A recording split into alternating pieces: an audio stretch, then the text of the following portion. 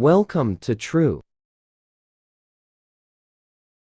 27 Hours Buried Alive, inspired by September 11th, 2001. Chapter 1. The Morning. Rosa Martinez was 33 years old on the morning of September 11th, 2001. She worked as an administrative assistant for the Port Authority of New York and New Jersey, with an office on the 64th floor of the North Tower, World Trade Center. She'd been with the Port Authority for 8 years, ever since immigrating from the Dominican Republic at age 25. Her apartment was in Washington Heights, way uptown in Manhattan, about as far from the financial district as you could get, while still being on the island. The commute took 50 minutes on the A train, but Rosa didn't mind. She used the time to read, romance novels mostly, the kind with glossy covers and happy endings. Real life needed more happy endings, she thought. Tuesday, September 11th, 2001. Rosa's alarm went off at 6 a.m. She'd set it for that time every weekday for 8 years, like clockwork. She got up, showered, and stood in front of her closet deciding what to wear. It was supposed to be beautiful outside. She'd checked the weather the night before. Clear skies, low 70s, perfect September weather.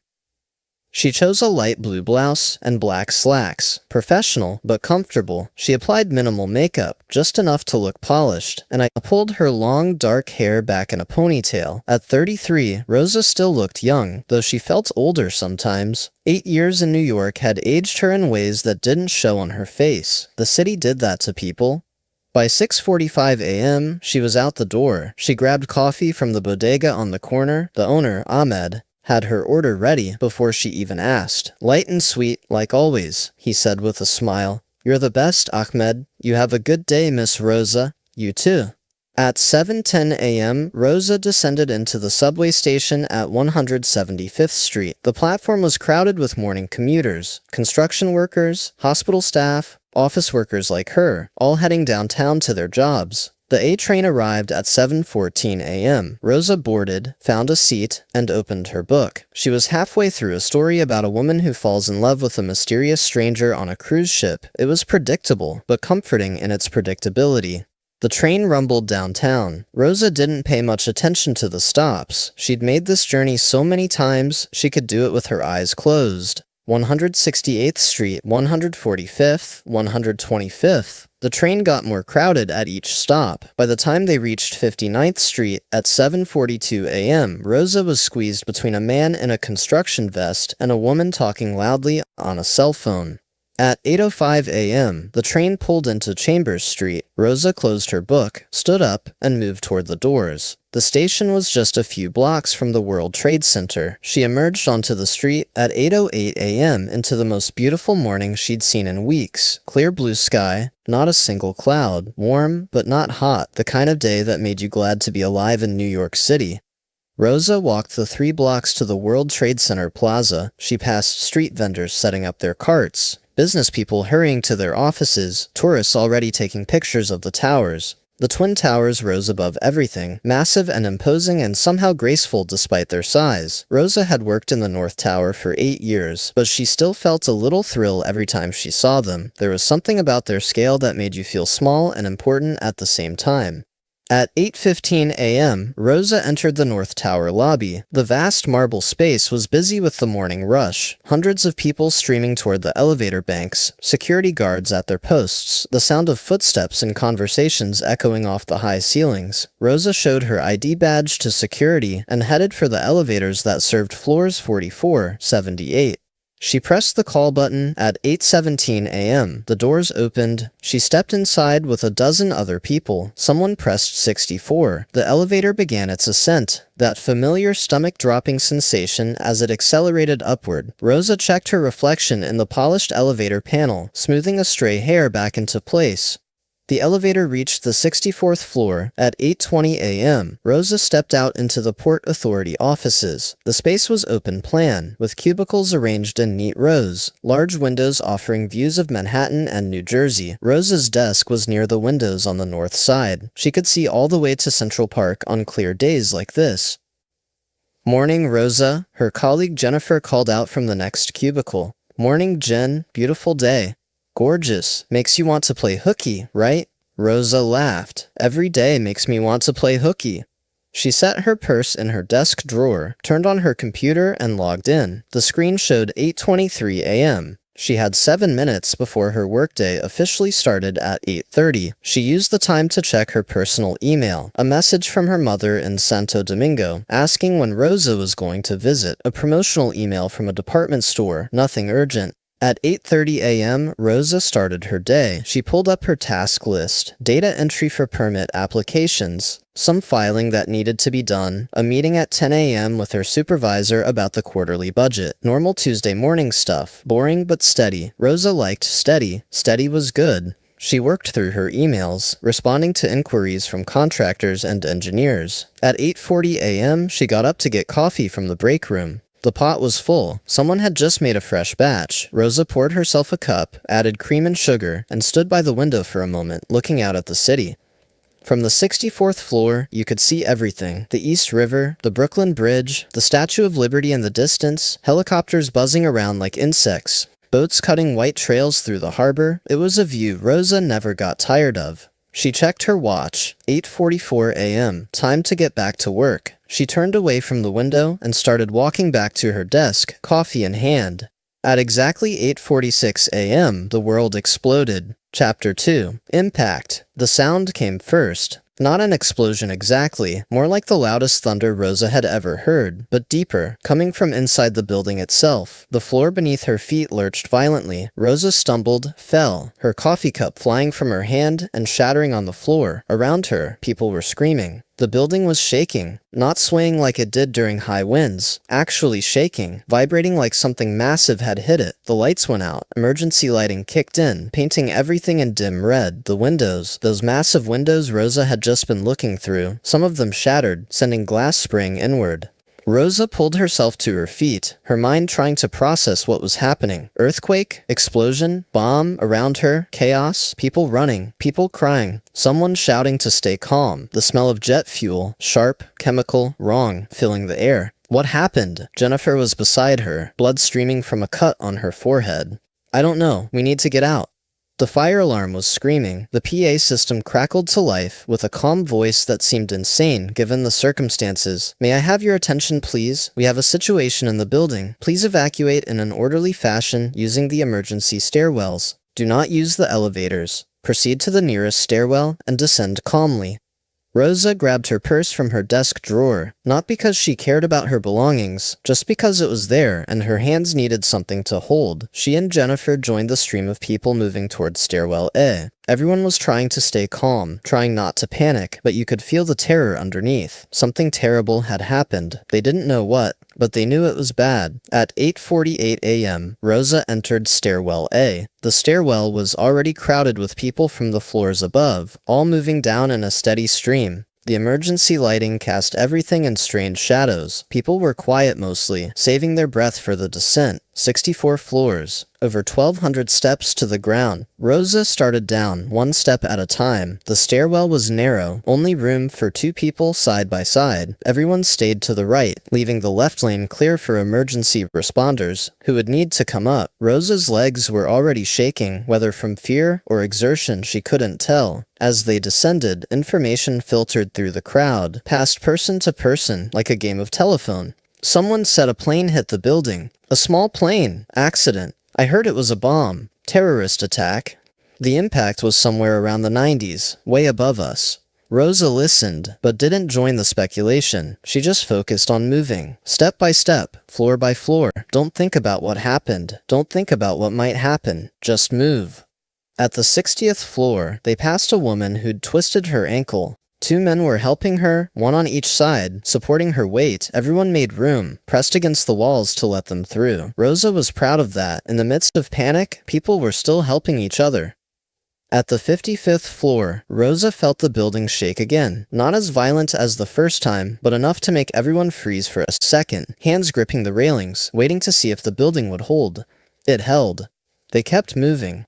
50th floor, 45th, 40th. Rosa's calves were burning, her lungs were burning, but she kept moving because stopping wasn't an option. Around her, other people were struggling too. You could hear the heavy breathing, see people pausing at landings to catch their breath before continuing. At the 35th floor, they encountered firefighters coming up. Full gear, heavy equipment, faces set with determination. They looked tired already, and Rosa knew they had so much farther to go. The evacuees pressed to the right to let them pass. "Keep moving down," one firefighter called out. "You're doing great, just keep going."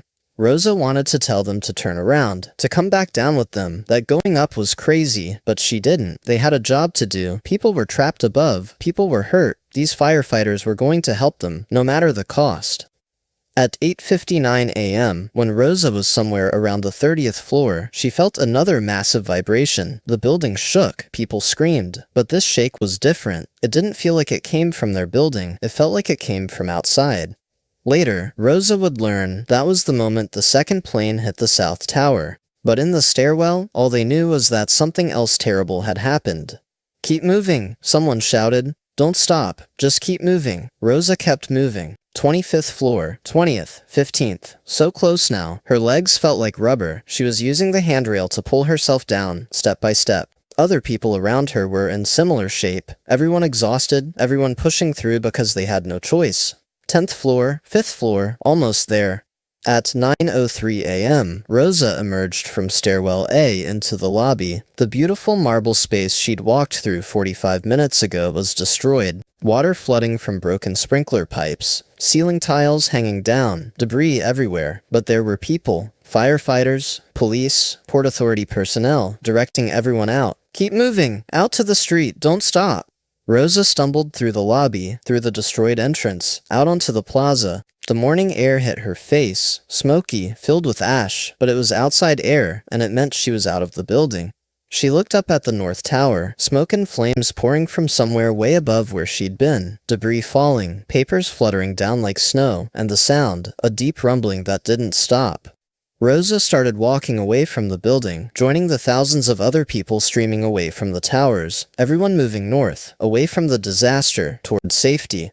She'd made it maybe half a block when she heard someone screaming. She turned and saw a woman on the ground near the base of the tower, calling for help. An older woman, maybe 60, clutching her chest. Rosa didn't think. She just ran back.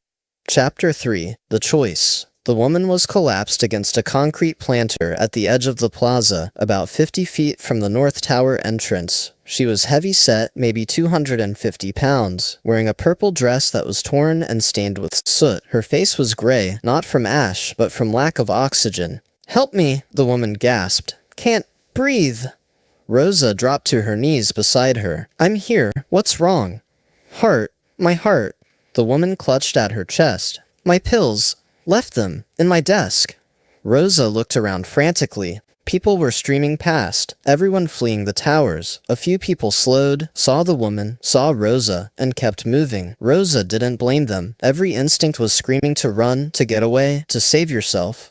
But Rosa couldn't leave her. "Okay, listen to me," Rosa said, trying to keep her voice calm, even though her own heart was pounding. "We're going to get you help. We're going to get you out of here." She looked up, searching for a firefighter or police officer, or EMT, but everyone official was focused on the towers, on evacuation, on larger-scale rescue. This one woman having a heart attack at the edge of the plaza wasn't on anyone's radar. Rosa tried to help the woman stand. It was impossible. The woman was too heavy, and Rosa was only 5'3" and weighed maybe 130 pounds. She got her arms under the woman's shoulders and pulled, but they barely moved. "I can't," the woman gasped. "Go, just go, save yourself." "No, we're both getting out of here." At 9:05 a.m., Rosa was still trying to move the woman when she heard a new sound, a deep, terrible groaning, the sound of metal twisting and concrete breaking. She looked up at the South Tower, the one that had been hit second, and saw something impossible. It was collapsing. The top of the tower seemed to tilt slightly, and then the whole thing came down, floor pancaking onto floor, in a massive cascade of destruction. A huge cloud of dust and debris exploded outward in all directions, racing across the plaza faster than Rosa could process what she was seeing. "Run!" someone screamed. The dust cloud was coming straight at them. Rosa made a split-second decision. There was an entrance to the underground concourse, about 20 feet away, one of the doors that led down to the shopping mall beneath the plaza. If they could get underground, maybe they'd be protected from the dust cloud. She grabbed the woman under the arms and dragged her. The woman weighed probably twice what Rosa did, but adrenaline is a powerful thing. Rosa pulled with everything she had, her feet slipping on the ash-covered ground, her back screaming in protest. 15 feet, 10 feet, 5 feet. The dust cloud hit them just as Rosa reached the door.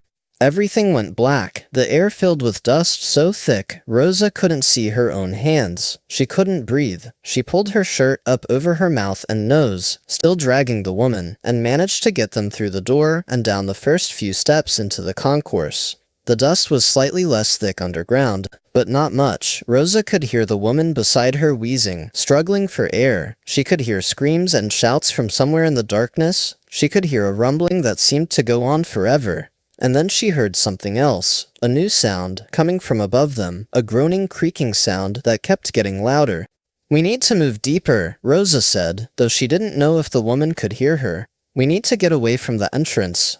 She felt around in the darkness, found a wall, followed it deeper into the concourse. The underground mall was a maze of shops and corridors connecting all the buildings in the World Trade Center complex. Rosa had walked through it hundreds of times, but in the darkness and dust, nothing looked familiar. She found what felt like a recessed doorway, maybe a shop entrance, and pulled the woman into it. At least they were out of the main corridor, away from people running blindly through the dust. They crouched there, Rosa's arm around the woman's shoulders, both of them struggling to breathe through the thick air.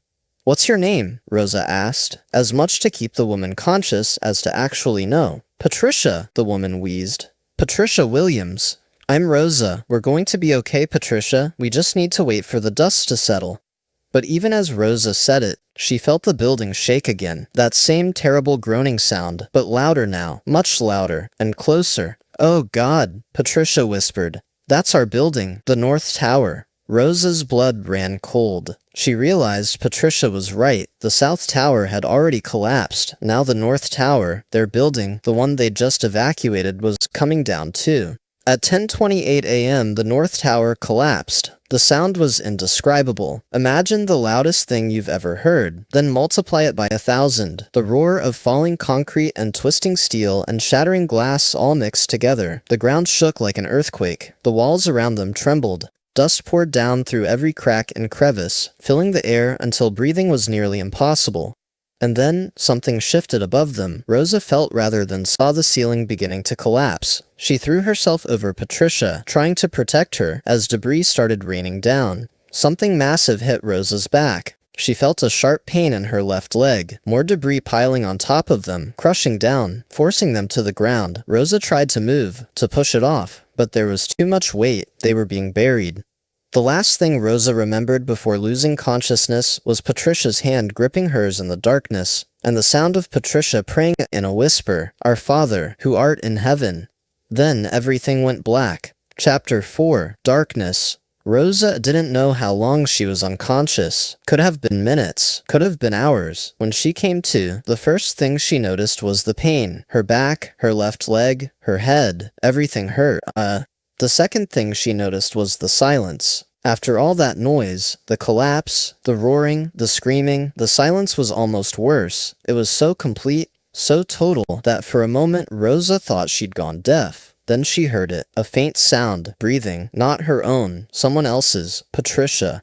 "Patricia?" Rosa's voice came out as a croak. Her throat was raw from dust. "Still here," Patricia whispered. "Can't move. Something on top of me."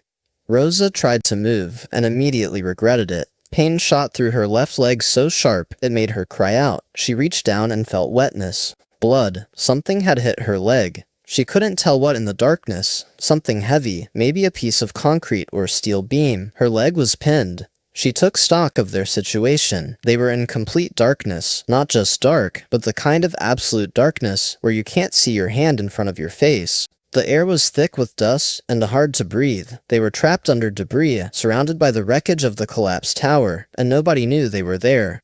Rosa felt panic rising in her chest. She forced it down. Panic would kill them faster than anything else. She needed to stay calm, to think, to figure out how to survive until help arrived. Because help would arrive, it had to. Rescuers would be searching the rubble. They'd find them. They just had to hold on. "Patricia, are you hurt?" My chest hurts to breathe, and I can't move my left arm. Something's on it. Okay, don't try to move. Save your energy. Help will come. When? Rosa didn't answer. She didn't know when. She didn't even know what time it was now. Her watch was somewhere in the darkness, probably broken. Her sense of time was completely gone. She felt around carefully in the small space they were trapped in. Her fingers touched concrete, twisted metal, broken glass. There was a pocket of space around them, maybe 3 feet high, a few feet wide. Not much room, but enough to breathe, enough to survive for a while. We need to make noise, Rosa said, so rescuers can hear us. She found a piece of metal, felt like rebar, and started banging it against the concrete above them. The sound echoed in their small prison. Bang, bang, bang, a rhythm, a signal. We're alive down here. She banged for what felt like hours but was probably only minutes. Her arm grew tired. She passed the rebar to Patricia's good hand. Your turn. Keep the rhythm. Bang 3 times. Pause. Bang 3 times. Like SOS. Patricia took over. Bang, bang, bang. Pause. Bang, bang, bang. Pause. They took turns like that, banging and resting, banging and resting. Rosa's throat was parched. She was desperately thirsty, but there was no water, just dust and darkness and the smell of smoke and something chemical she couldn't identify. Time became meaningless. Rosa drifted in and out of consciousness. The pain in her leg was constant, throbbing. She could feel blood still seeping from the wound, but slower now. That was probably bad, meant she'd lost a lot of blood already. At some point, Rosa had no idea when, she heard a voice. Faint, distant, but definitely a voice. A man shouting, "Is anyone there? Can anyone hear me?" Rosa tried to shout back, but her voice came out as barely a whisper. Patricia tried too. Her voice was stronger. "Help! We're here! Help us!" But the voice didn't come closer. Maybe it was too far away. Maybe there was too much rubble between them. The voice faded and didn't return. Rosa felt despair creeping in. What if rescue didn't come? What if they were too deep, too buried? What if everyone thought the buildings were completely evacuated and nobody was looking for survivors in the rubble? "Tell me about your family," Patricia said suddenly. Her voice was weak, but clear. "What?" "Your family. Tell me about them. We need to stay awake. Need to keep talking." Rosa understood. If they fell asleep, they might not wake up. "My mother lives in Santo Domingo, Dominican Republic. She's 62. She makes the best sancocho. That's a stew. I haven't seen her in 2 years. "Why not?" "Work, money, the usual reasons. I keep saying I'll visit, but..." Rosa's voice trailed off. Would she ever see her mother again? "What about you? Do you have family?" 3 kids. All grown. 2 grandkids. My husband died 5 years ago. Heart attack. Patricia coughed. A wet sound that worried Rosa. I worked as a receptionist on the 78th floor. Was heading down when the second plane hit. That's when my own heart started acting up. They talked like that for hours. At least it felt like hours. Time had become elastic, stretching and contracting in weird ways. They talked about their lives, their families, their dreams, their regrets. Patricia talked about her husband, about how much she missed him, about how maybe she'd see him again soon. Rosa tried not to think about what that meant. At some point, Rosa noticed water dripping somewhere nearby. She felt around and found it, water trickling down through cracks in the debris. Maybe from broken pipes above, maybe from firefighters' hoses. Whatever the source, it was water. Rosa cupped her hands and caught some of the water. It tasted like dust and concrete and chemicals, but it was wet and it soothed her raw throat. She helped Patricia drink too. It wasn't much, but it was something. The pain in Rosa's leg had gone from sharp to dull to an aching throb that never stopped. She was pretty sure she had a compound fracture. She could feel bone where bone shouldn't be. She tried not to think about infection, about how long they'd been trapped, about how much blood she'd lost. "Rosa?" Patricia's voice was weaker now. I'm tired. So tired." "I know. Me too. But we have to stay awake." "Tell me something. Tell me. Tell me what you're going to do when we get out of here." "When, not if." Rosa appreciated that. "I'm going to see my mother. I'm going to buy a plane ticket the same day we get out. I'm going to fly to Santo Domingo and eat her sancocho and I tell her I love her. And I'm sorry I didn't visit sooner." "That's good. That's real good. What else?" "I'm going to quit my job. I mean, I loved working at the Port Authority, but life's too short, you know? I'm going to do something that matters. Maybe teach, maybe work with kids, something that makes a difference." "You already made a difference," Patricia said softly. "You came back for me. You could have run, should have run, but you came back." Rosa's eyes filled with tears, though she had no moisture to spare for crying. "We're going to get out of here, both of us. We're going to survive this." But privately, as the hours stretched on, Rosa was losing hope. They'd been trapped for so long, the air was getting harder to breathe. Patricia's breathing was becoming more labored. Rosa herself was feeling lightheaded, probably from blood loss. She thought about her mother, about how she'd get the news. Your daughter was in the World Trade Center. She didn't make it out. Rosa imagined her mother's face, the grief, the tears. It broke Rosa's heart more than anything else. She thought about Ahmed at the bodega, who made her coffee every morning. Would he wonder what happened to her? Would he remember the woman who always ordered light and sweet? She thought about Jennifer, her cubicle neighbor. Had Jennifer made it out? Rosa hoped so. She hoped everyone she knew had made it out. She hoped the death toll wasn't as bad as she feared it would be. The darkness was complete. The silence was oppressive. The air was getting thinner, and Rosa was so tired. "Patricia?" she whispered. No answer. "Patricia?"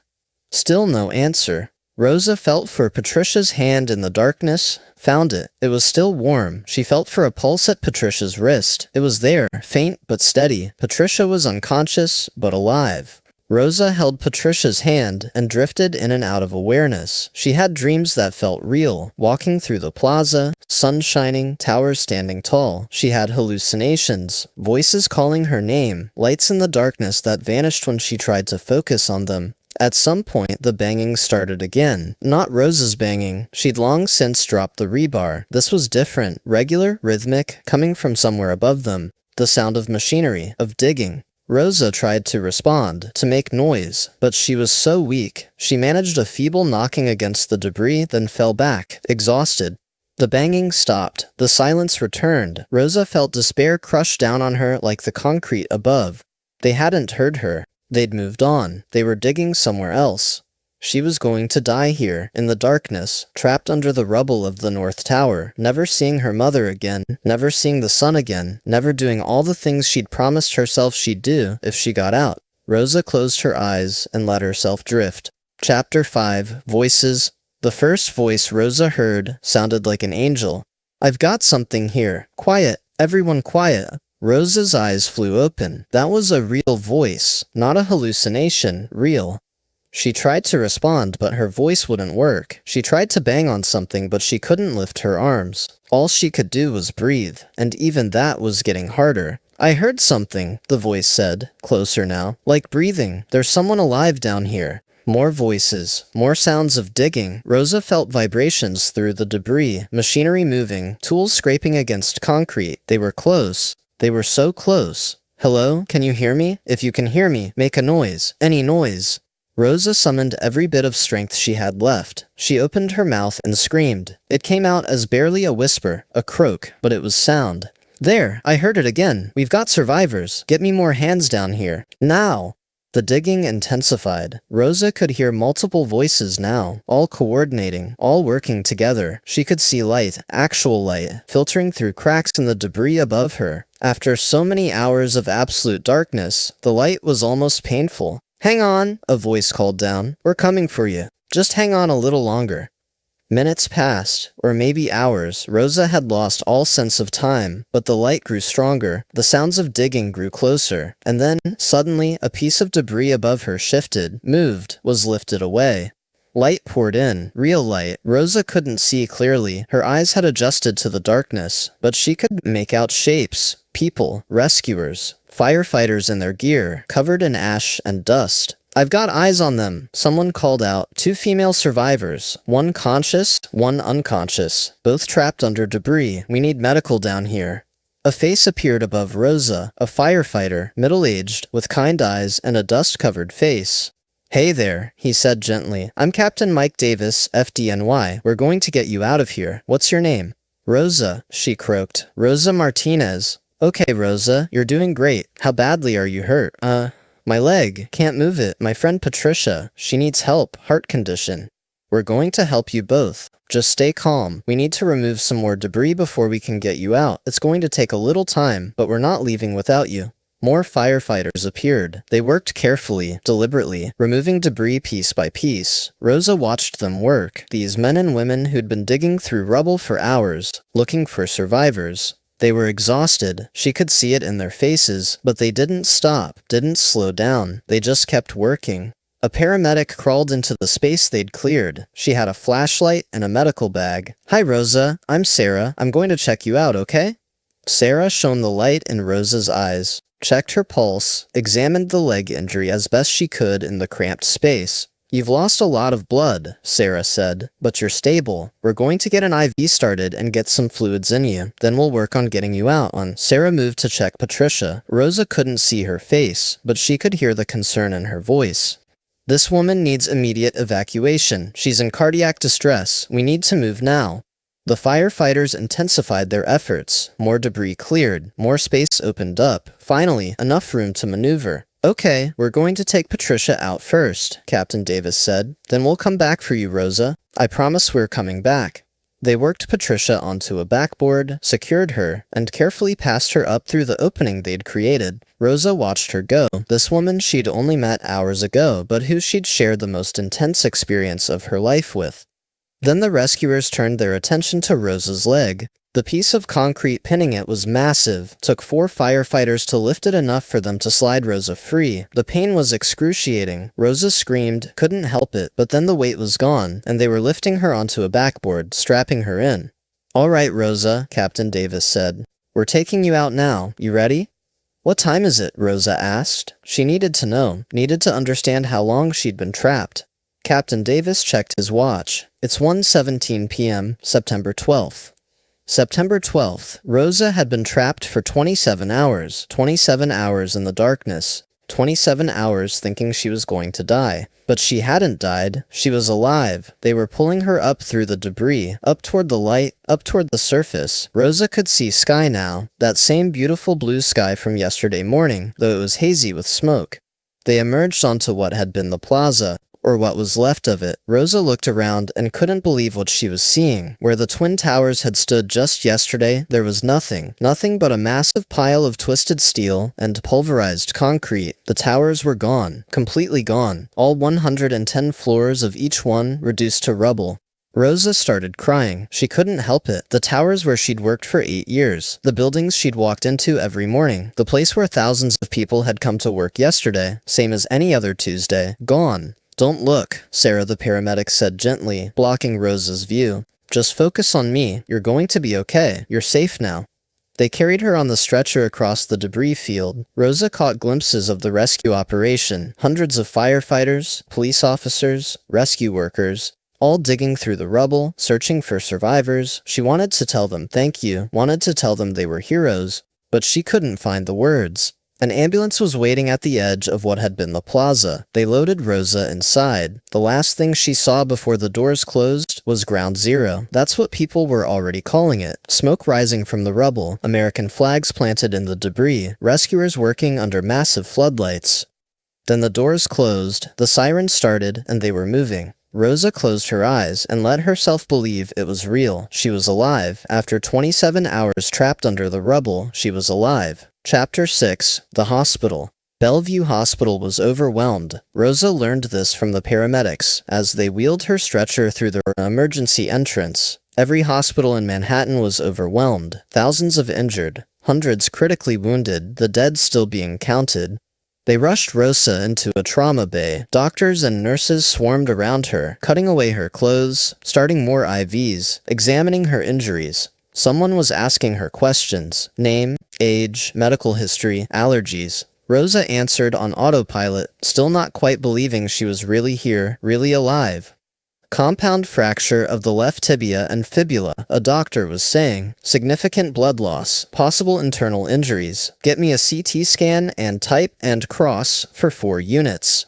They wheeled her to radiology. The CT scanner hummed and clicked around her. Back to trauma. More doctors. More examinations. "The leg is going to need surgery," someone said, "but she's stable enough. Let's get her prepped."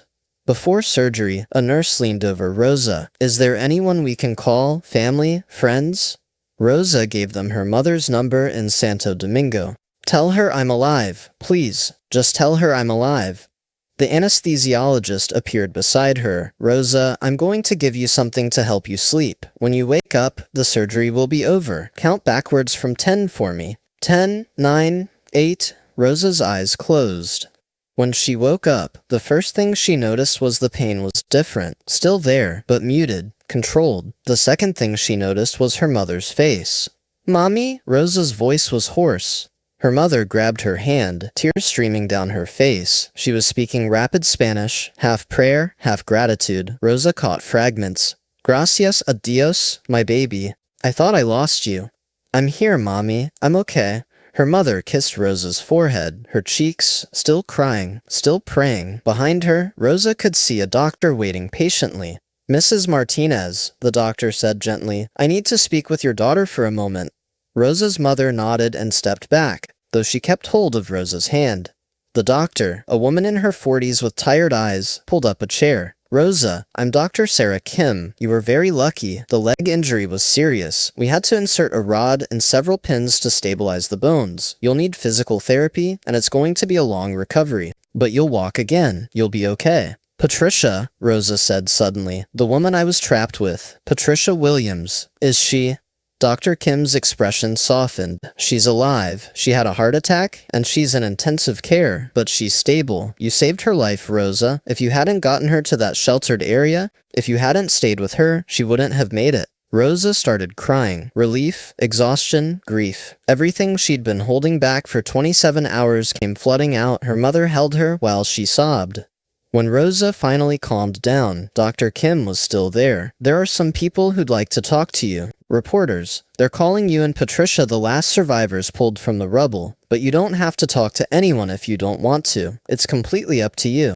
"How many?" Rosa asked. "How many people died?" Dr. Kim hesitated. "We don't have final numbers yet, but it's thousands, Rosa. Thousands." Rosa closed her eyes. Thousands. All those people in the towers. All those firefighters she'd seen going up the stairs. All those office workers like her, just coming to work on a Tuesday morning, gone. "I'll talk to the reporters," Rosa said. "If it helps. If telling my story helps somehow, I'll do it." Chapter 7. Aftermath. The interviews started the next day. Reporters from every news outlet wanted to hear about the last survivors, about the 27 hours trapped under the rubble. Rosa told the story over and over until it became almost automatic. The decision to go back for Patricia, the dust cloud from the South Tower, taking shelter underground, the North Tower collapse, the darkness, the waiting, the voices of rescuers, the rescue itself. The media called her a hero. Rosa didn't feel like one. She'd just done what anyone would do, help someone who needed help. But the reporters kept using that word, hero, the woman who went back, the last survivor pulled from the rubble alive. Patricia was moved out of intensive care after 4 days. Rosa, in her wheelchair with her leg in a cast, went to visit her. Patricia's room was full of flowers, balloons, cards. Her children were there, 3 adults in their 30s, all looking relieved and exhausted. They thanked Rosa, hugged her carefully, called her their mother's guardian angel. When they left to get coffee, Rosa wheeled over to Patricia's bedside. "Hey," Patricia said. Her voice was weak but warm. "They're saying you're a hero. They're saying you're a survivor. Same difference." Patricia smiled. "Rosa, I don't remember a lot from when we were trapped, but I remember you holding my hand. I remember you telling me we were going to make it. I believed you. We did make it. Because of you. You came back for me when you could have run. You stayed with me in the darkness. You kept me alive." Rosa shook her head. "You kept me alive too. Talking to you, holding your hand, it gave me a reason to keep going. We saved each other." They sat in comfortable silence for a moment. Outside the window, New York City was trying to get back to normal, but it would never be normal again. Everyone knew that. "What are you going to do?" Patricia asked. "After you recover? Visit my mother. That's first. Then, I don't know. Find a new job, I guess. The Port Authority offices are gone. Even if they rebuild, I don't think I can go back to that building." "Me neither. I'm retiring. Life's too short. I'm going to spend time with my grandkids. Do all the things I kept putting off." Patricia looked at Rosa seriously. "Don't waste your second chance, Rosa. Most people didn't get one. We did. Make it count." Chapter 8. Recovery. Rosa spent 3 weeks in the hospital before they released her. Her mother stayed the entire time, sleeping in a chair beside Rosa's bed, helping with physical therapy, advocating with doctors and nurses. Rosa had never been so grateful for anyone in her life. When she was finally released, her mother took her back to the apartment in Washington Heights, the same apartment Rosa had left on the morning of September 11th. Though it felt like a lifetime ago, everything looked the same: her furniture, her books, her clothes still in the closet. But Rosa was different, fundamentally, permanently different. Physical therapy was grueling, learning to walk again, building strength back in her leg, pushing through pain. But Rosa was determined. She'd survive 27 hours under the rubble. She could survive physical therapy. 2 months after 9/11, Rosa flew to Santo Domingo with her mother. They spent 3 weeks there. Rosa ate her mother's sancocho, walked on the beach, sat in her grandmother's garden, reconnected with aunts and uncles, and cousins she hadn't seen in years. It was healing in a way the hospital couldn't provide. When she returned to New York in December, Rosa was walking with a cane. The doctors said she'd need it for another few months, maybe longer. She didn't mind. She was walking. She was alive. That was enough. She visited Patricia regularly. Patricia had also been released from the hospital and was living with her daughter in Queens. They had coffee together once a week. These two women bound together by 27 hours in the darkness. They didn't talk much about 9/11s when they got together. They talked about their families, about cooking, about life, normal things. But the bond was always there, unspoken but understood. Rosa applied for jobs. She'd decided she didn't want to go back to administrative work. Patricia had been right. Life was too short to waste on things that didn't matter. She wanted to do something meaningful. She found a job at a nonprofit that helped immigrant families navigate the social services system. The pay was less than what she'd made at the Port Authority, but the work was satisfying in a way her old job never had been. She was helping people, making a difference, using her second chance to do something that mattered.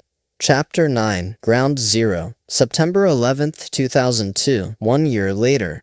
Rosa stood at the edge of Ground Zero, now officially called that, though Rosa would always think of it as where the towers had stood. They'd invited survivors to the first anniversary ceremony. Rosa had debated whether to go. Part of her didn't want to return to this place, didn't want to see that empty space where the towers should be.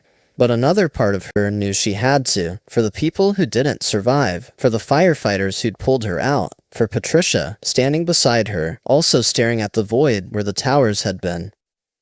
The ceremony was somber. Names read aloud, all 2,977 of them. It took hours. Rosa listened to each name, trying to imagine the person behind it. Someone's child, someone's parent, someone's friend. Each one a life, a story, cut short. When they read the names of people from the Port Authority, Rosa recognized some of them. Jennifer, her cubicle neighbor, Paul from accounting, Susan from human resources, people she'd said good morning to every day, gone. Rosa cried quietly. Patricia held her hand. After the ceremony, the survivors were invited to place flowers at a temporary memorial. Rosa and Patricia walked together, Rosa still using her cane, Patricia moving slowly but steadily. They placed white roses among hundreds of others. "Do you ever wonder why we made it?" Patricia asked quietly. "Why we survived when so many didn't?" Rosa had thought about that question every day for a year. I think maybe we survived so we could remember them, so we could tell their story, so we could live for them, live the lives they didn't get to live." That's a lot of pressure. Yeah, but it's also a gift. Rosa looked up at the sky, that same clear blue as it had been a year ago. We get to see this sky. We get to be with our families. We get to do things that matter. They don't, so we have to do it for them. Patricia nodded. "I quit my job. Did I tell you?" "No, when?" "Last week. I'm officially retired, going to spend my time with my grandkids. Teach them to bake, take them to parks. All the grandma stuff." Patricia smiled. "Life's too short for anything else." Rosa smiled back. "Life's too short." They stood there for a while longer, these two survivors, these two women who'd been given a second chance. The sky was blue, the air was warm. New York City continued around them, resilient and strong and forever changed. Eventually, they turned and walked away from Ground Zero, away from the void where the towers had stood, back toward life. Chapter 10, 20 years later, September 11th, 2021, 20 years. Rosa Martinez was 53 years old now. She still walked with a slight limp. Her left leg ached when it rained, and she'd never fully regained the flexibility she'd had before. But she walked. She was alive. She'd had 20 years she wasn't supposed to have. She stood at the 9/11's memorial, looking down at the reflecting pool where the North Tower had stood. The names of the dead were engraved in bronze around the edge. Rosa found the names of her colleagues from the Port Authority, ran her fingers over the letters. Still here, still remembered. Patricia had died 3 years ago, heart failure. She'd made it 16 years past 9/11's. 16 years with her grandchildren, with her family, doing all the things she'd put off for so long. Rosa had spoken at her funeral, had told everyone about the 27 hours they'd spent together in the darkness, about how Patricia's courage and faith had kept her going. Rosa had brought Patricia's oldest grandchild with her today, a young woman named Grace, now 23, who'd never known her grandmother without knowing that grandmother was a survivor. She talked about you a lot, Grace said, about how you saved her life. She saved mine too. We saved each other. They stood in silence for a moment, watching the water cascade down into the reflecting pool, into what seemed like infinity. Do you still think about it? Grace asked. Every day? Every day, Rosa admitted. Sometimes I wake up in the middle of the night and I'm back there, in the darkness, trapped under the rubble. Sometimes I dream I'm still there, and this, she gestured around them, all of this is the dream. That must be hard. It is, but it's also a reminder to appreciate every day, to not waste time, to do things that matter. Rosa looked at Grace. Your grandmother taught me that. In those 27 hours, she taught me what courage looks like, what faith looks like, what it means to face death with dignity. Grace's eyes filled with tears. I wish I'd known her before 9/11's. I only knew her as a survivor. She was more than that, so much more. She was a mother, a grandmother, a friend. She was funny and kind and stubborn as hell. 9/11's was one day, the worst day, but she lived 16 years after that, good years, full years, that's what matters. They placed flowers at Patricia's name. Then Rosa led Grace to another section of the memorial, to a less visited area. This is Captain Mike Davis, Rosa said, pointing to a name. He was the first firefighter to reach us. He promised me he'd get me out, and he did. He died a few months later, cancer from the dust and debris, but he saved me first. Rosa had visited Captain Davis's family several times over the years, had attended his funeral, had made sure his children knew what their father had done, how many lives he'd saved in his final months. How many people did he save? Grace asked. I don't know. Dozens, probably. He was part of the rescue efforts for months. He breathed in all that toxic dust, all those chemicals. It killed him eventually, but he never stopped trying to find survivors. They found other names. Firefighters, police officers, Port Authority workers, each one a story, each one a life given in service to others. As they walked away from the memorial, Grace asked, Do you think it was worth it, the life you've had since then? Rosa stopped walking. It was a good question, a fair question. 20 years of nightmares, 20 years of survivor's guilt, 20 years of wondering why she'd lived when so many didn't. But also, 20 years with her mother before she passed away 5 years ago, 20 years helping immigrant families navigate a complex system, 20 years of friendships and love, and sunrises and good food and laughter, and to all the small, beautiful things that make up a life. Yes, Rosa said finally, it was worth it. Every day was worth it, because I got to live them, and they didn't. So I lived for them. I made sure their deaths meant something by making sure my life meant something. Grace hugged her. Thank you. For being here. For telling these stories. For remembering. Always, Rosa said. I'll always remember.